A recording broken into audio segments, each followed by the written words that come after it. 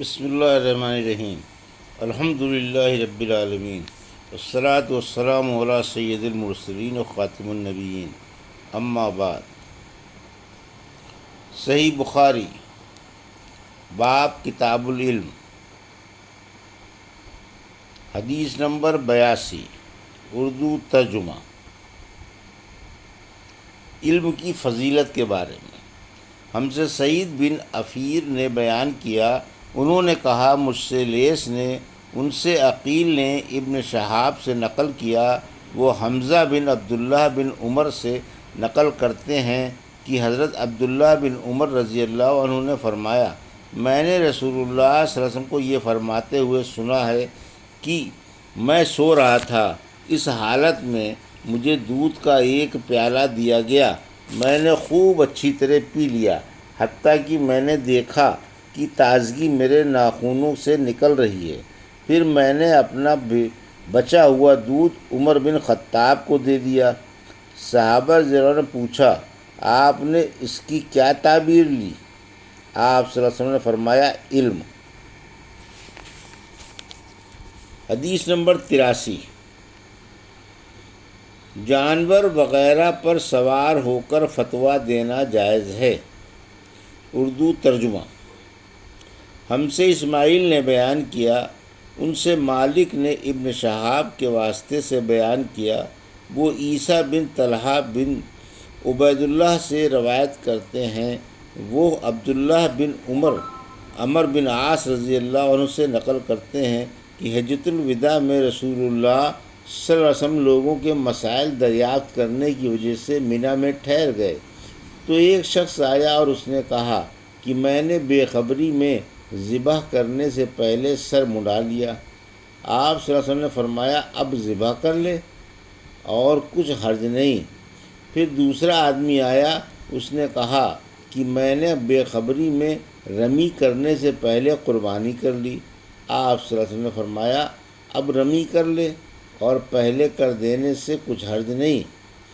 ابن عمر رضی اللہ عنہ کہتے ہیں، اس دن آپ صلی اللہ علیہ وسلم سے جس چیز کا بھی سوال ہوا جو کسی نے آگے اور پیچھے کر لی تھی، تو آپ صلی اللہ علیہ وسلم نے یہی فرمایا کہ اب کر لے اور کچھ حرج نہیں۔ حدیث نمبر 84، اس شخص کے بارے میں جو ہاتھ یا سر کے اشارے سے فتوے کا جواب دے، اردو ترجمہ۔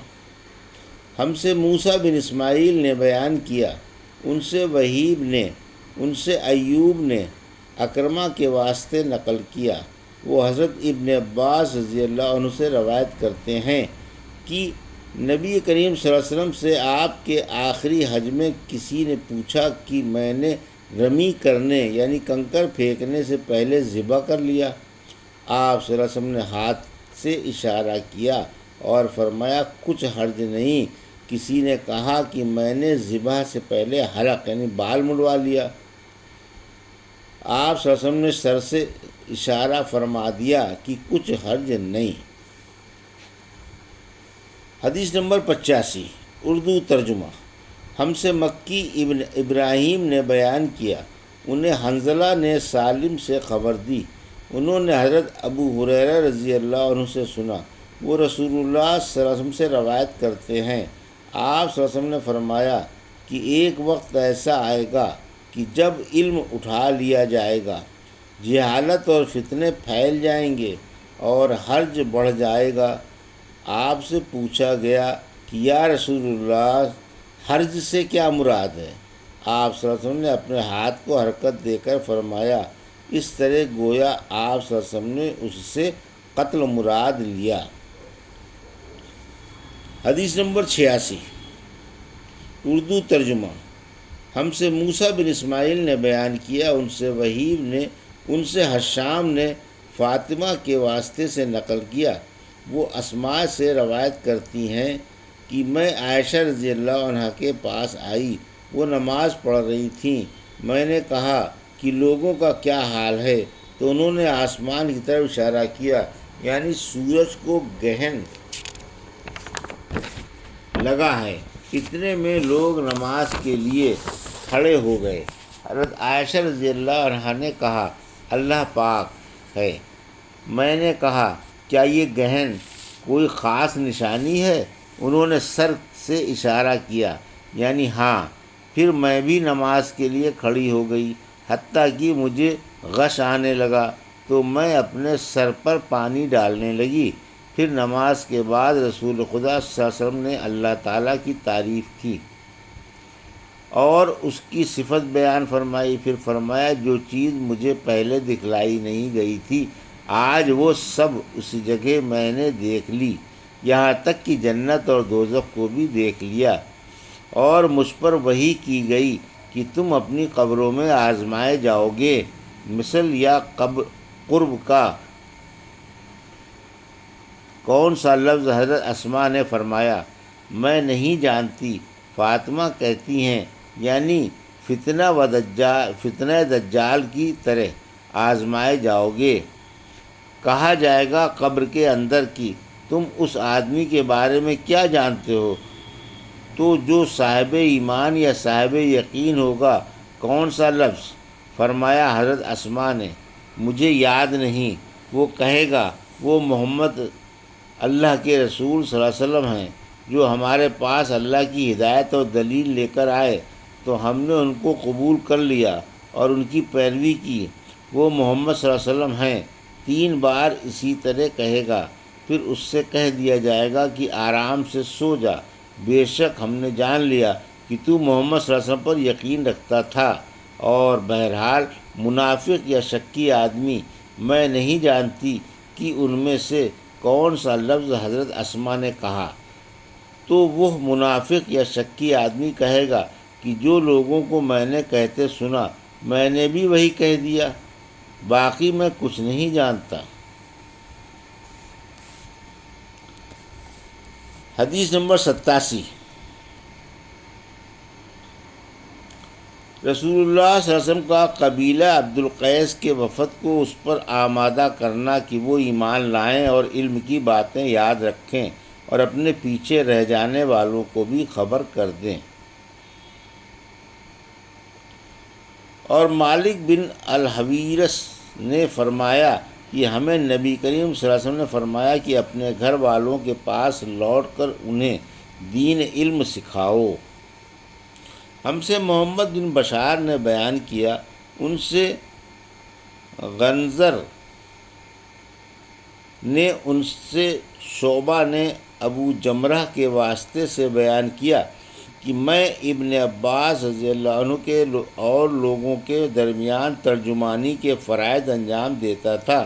ایک مرتبہ ابن عباس رضی اللہ عنہ نے کہا کہ قبیلہ عبد القیس کا وفد رسول اللہ صلی اللہ علیہ وسلم کی خدمت میں آیا۔ آپ صلی اللہ علیہ وسلم نے دریافت فرمایا کہ کون سا وفد ہے یا یہ کون لوگ ہیں؟ انہوں نے کہا کہ ربیہ خاندان کے لوگ ہیں۔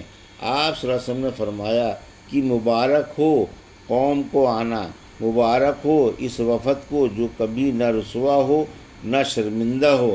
اس کے بعد انہوں نے عرض کیا کہ ہم ایک دور دراز کونے سے آپ صلی اللہ علیہ وسلم کے پاس آتے ہیں اور ہمارے اور آپ کے درمیان کفار مضر کا یہ قبیلہ پڑتا ہے۔